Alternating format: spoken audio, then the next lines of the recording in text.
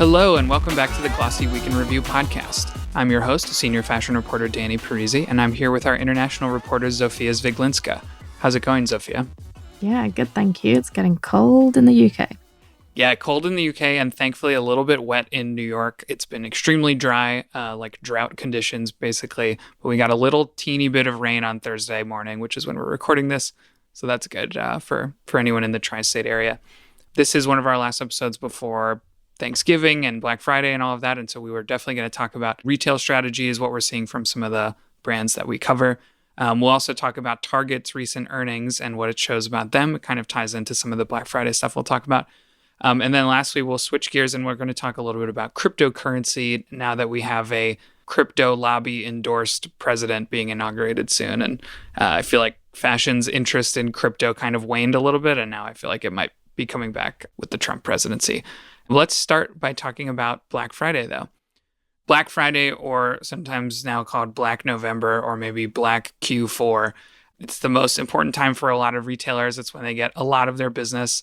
I wanted to talk about some of the strategies from brands we're seeing in our space. I think this holiday season it's always important for retailers and brands, but it feels particularly important since a lot of companies are seeing like their sales slowing down and people are spending less. And so they're really banking on the holidays as a way to kind of bring some of that business back.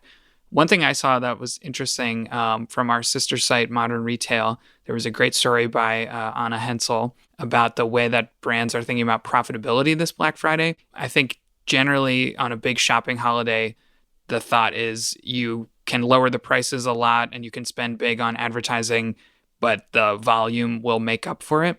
And I think this year, according to Anna's reporting, and she talked to a bunch of brands about this, that's kind of shifting a little bit where the brands are kind of looking to not spend as much and not discount as deeply and try to have better margins basically around Black Friday, maybe in anticipation of a little bit lower volume. I've seen some rumblings that the amount of shopping this Black Friday is like maybe expected to not be as high as usual.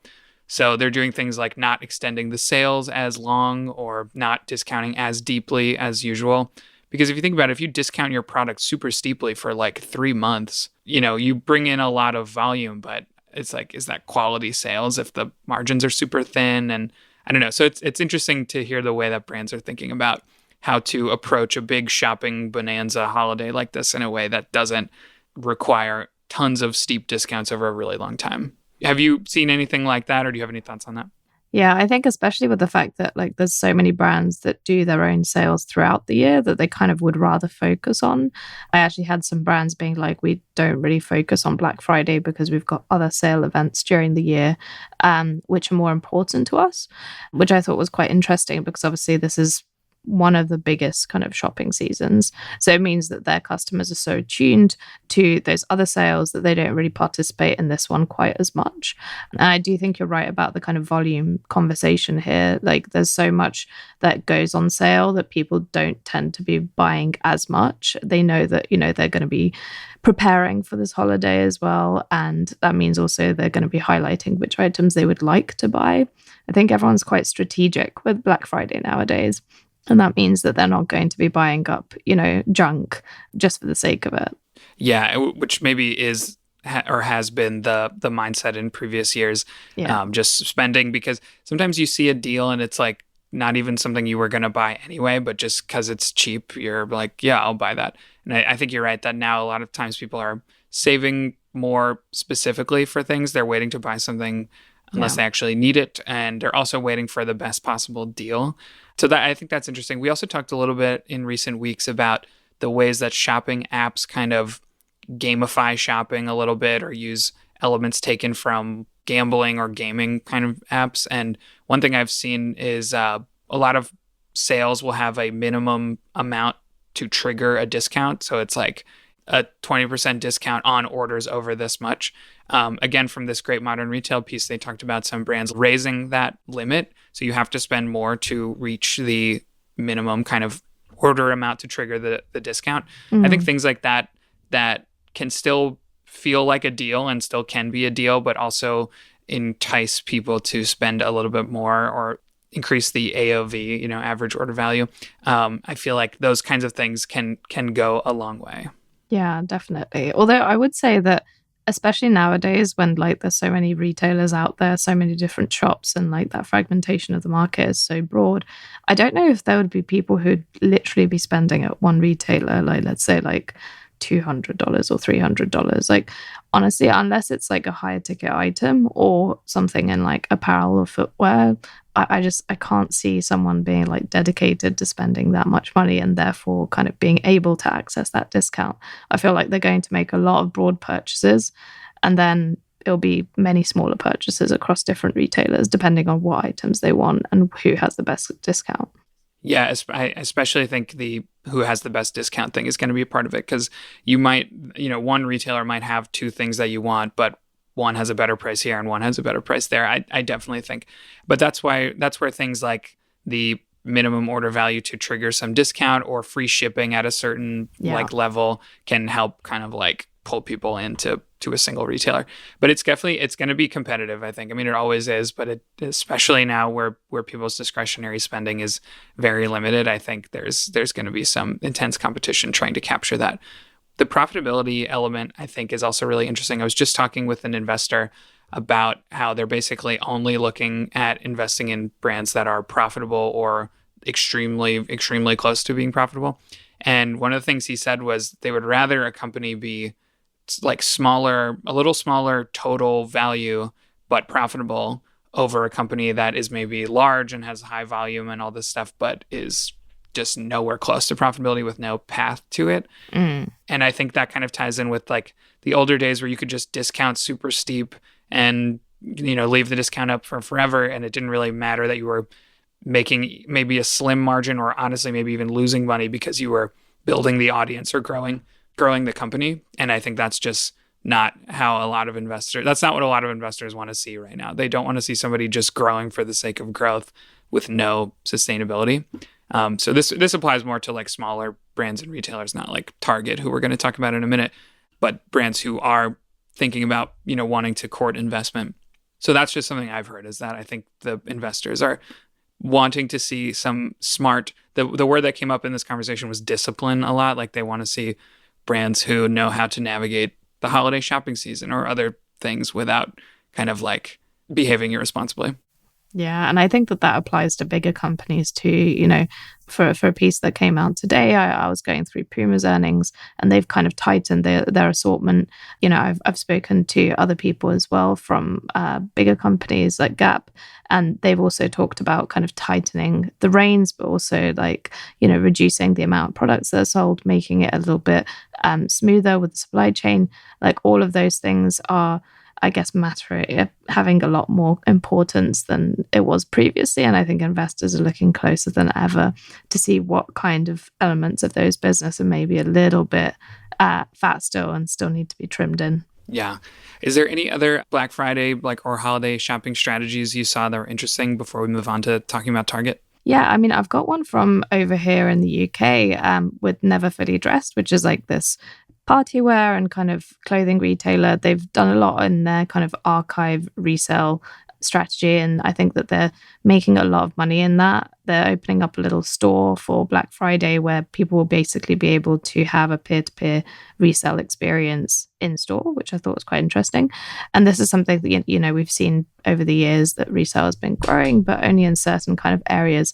And I feel like especially ahead of the holidays when party wear is having such a big moment, that is an area where that kind of Black Friday discounts, and they're offering kind of money back for new items as well when that person buys something in that store. I think that those kind of things are really interesting, and doing those limited time kind of activations or retail experiences really kind of shows a unique strategy right before the holidays. Yeah, for sure. I had not heard of this company before. What is it called? Never Fully Dressed? Yeah, it's a UK company. They actually started really interesting. They had a stall in one of the UK or the London kind of food and apparel markets. And then they basically grew out from there. And now they have their own like D2C presence, very popular, and a big kind of focus on sustainability as well, which is always interesting. Yeah. Let's talk a little bit about Target, which I like I said, I think kind of overlaps with some of the things we were talking about with Black Friday. So 3 months ago, Target increased their profit outlook for the full year. And then this week, with their recent earnings, they basically completely reversed it. Their earnings were not so great, and they do not expect that the holiday season is going to be the big boom that it usually is for a lot of retailers.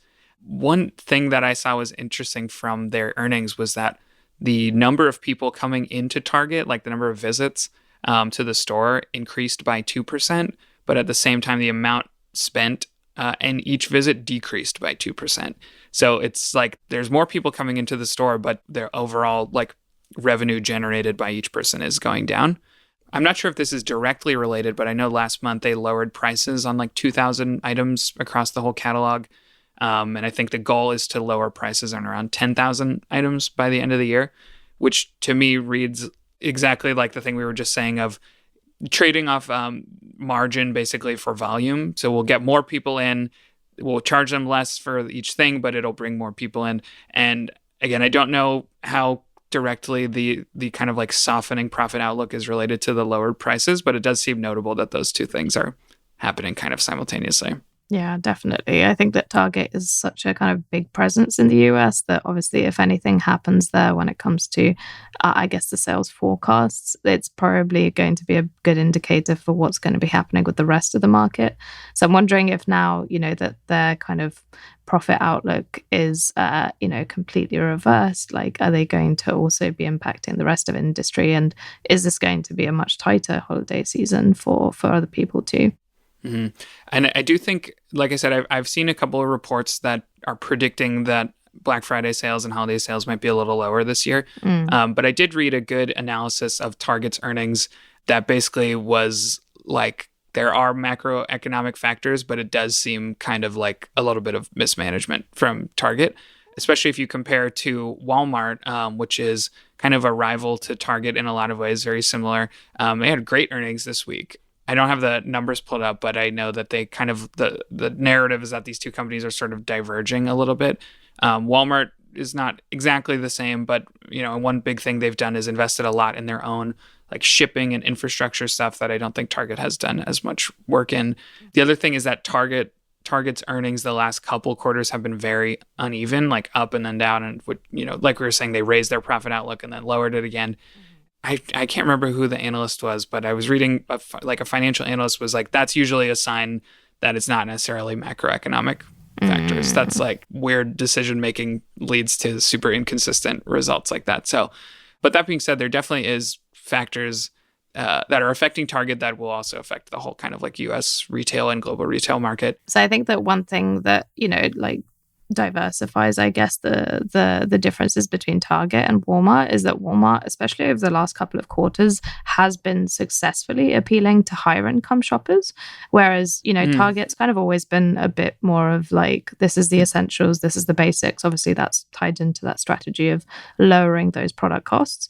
But I'm wondering with that, gain that they've had over Target, like maybe that's something that's also contributing. I think they've said that 75% of their recent kind of market share gains have come from those households which are earning over $100,000. And I think that that's also tied into some of the, as you said, the kind of logistics things that they've improved. So things like improved delivery and pickup services, which apparently have both improved in the last couple of months. Yeah, no, you're 100% right. And it's funny because that's really not the cultural association I think that Walmart has had. But it's totally true. They are pretty well penetrated across like income levels in the US, which is kind of surprising. Another interesting thing from Target, actually two other things from their earnings. One was that they said that people were spending less and they expect to see people continue to spend less on kind of big ticket items like TVs and stuff. And they're spending more on little things. I think the example was like candles.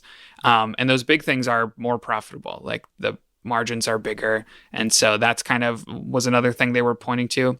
And then when you're selling more of the thin margin stuff, I think that then brings up the question of the Trump tariffs, which we already discussed, will definitely like increase a lot of consumer prices. So some of that stuff that's only barely profitable now might just become unprofitable entirely. Yeah, definitely. I'm really worried about those tariffs because obviously there hasn't been much kind of forward movement on what that would look like exactly. But in terms of especially those retailers, as you said, that kind of rely on those like small ticket purchases, like those kind of things could end up being unaffordable, especially if they're, being brought in through those channels that would have the tariffs applied. Yeah. One of the things they said in their earnings was that they stocked up on inventory. Their costs were kind of high and their profit was hit because they stocked up on inventory ahead of the port strikes, which were briefly on earlier this fall and then averted with a sort of just kicking it down the road a little bit. But the various port workers unions on the east coast of the U.S. Were on strike and were planning to be on strike through the holiday season, which would have been pretty disastrous for all the companies that like Target who are wanting to use the holiday shopping time to kind of like boost their earnings. But they managed to kind of extend the current contract until January. There's not a new contract between the unions and the shipping companies.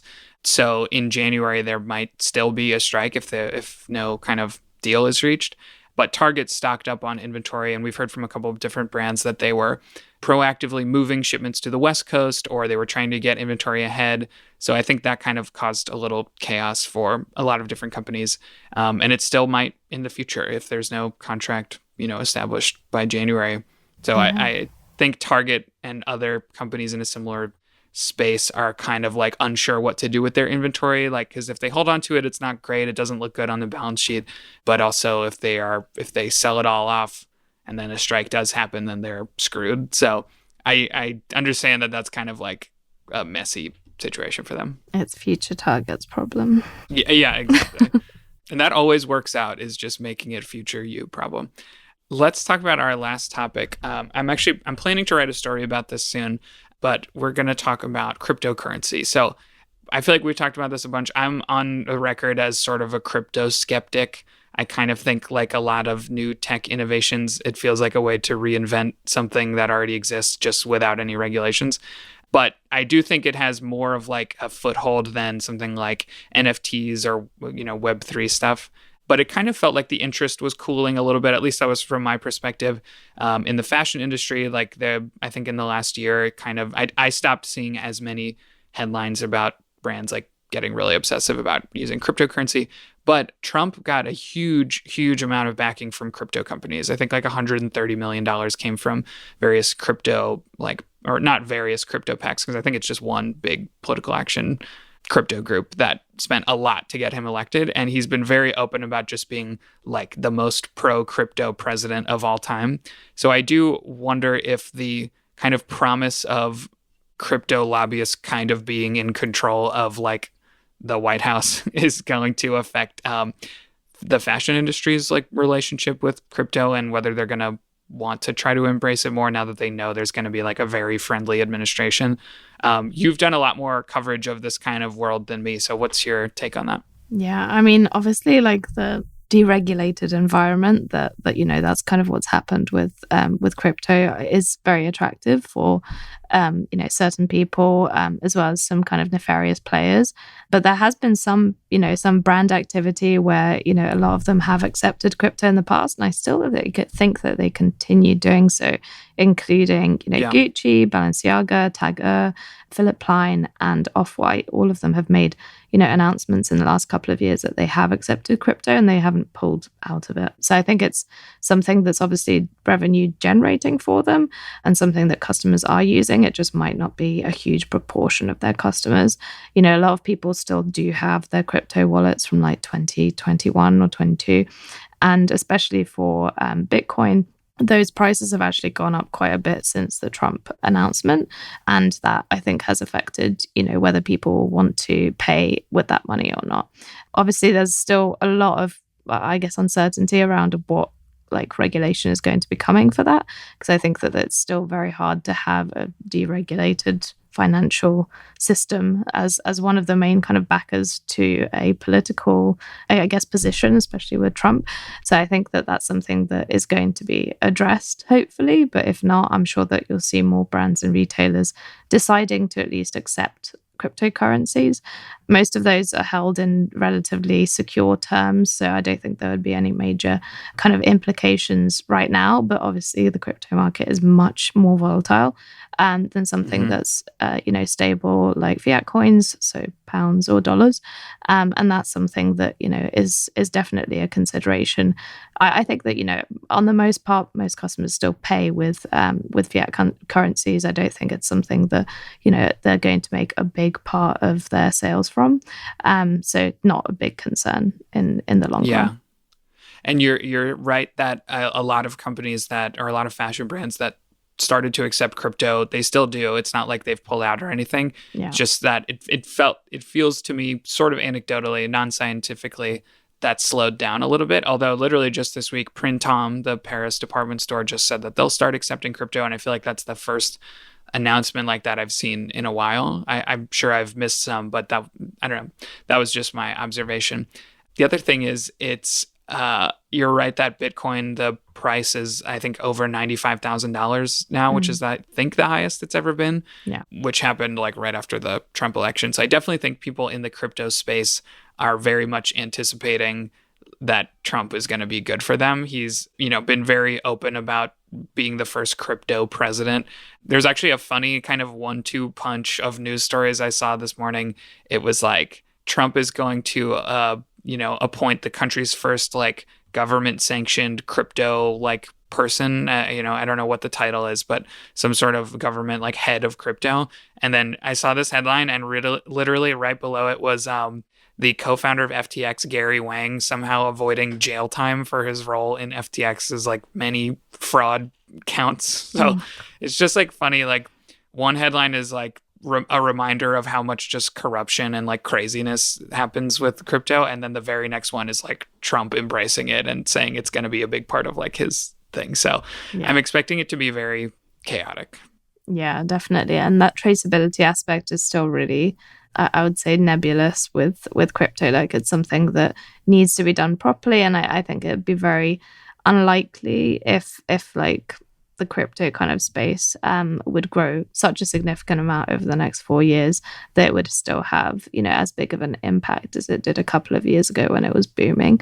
Even though this price is going up, the whole space operates on a kind of very cyclical basis. So sometimes it's very much up, and other times it's, heavily down. I'm just watching my crypto wallet and hoping it doesn't affect it too much.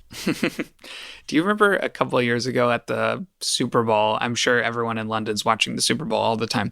But at the Super Bowl, there was like, I forget what year this was, maybe 2022, where it was completely taken over by crypto ads. Like every single commercial was for crypto.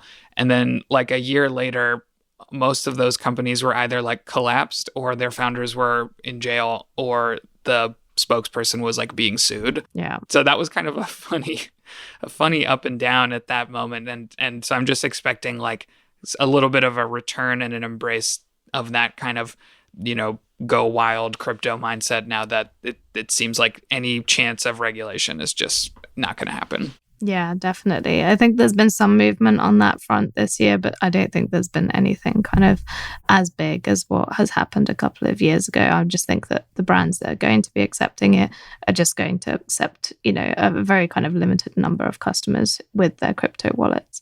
But if you do have a crypto wallet, maybe it's time to dust it off and see how much you've got in there, because it might be substantial. Yeah, I don't have any cryptocurrency, and then sometimes I'm like, man, what if I had bought it a while ago and now it's huge? But then I think, or what if I would like lost my life savings? I don't know. So I'm still like have not even touched it. Anyway, I think that's all the time we have this week. But Zofia, thank you as always for sharing your expertise. It's great to have you here. Thank you so much, Danny. It's been a pleasure. For those of you listening, don't forget to give us a rating and a review on Apple Podcasts or Spotify or wherever you listen to your podcast. That helps us out so much. And don't forget to subscribe to the Glossy Podcast, because you'll hear interviews with industry insiders every Wednesday and week in review episodes with me every Friday. Until next time, thank you all for listening.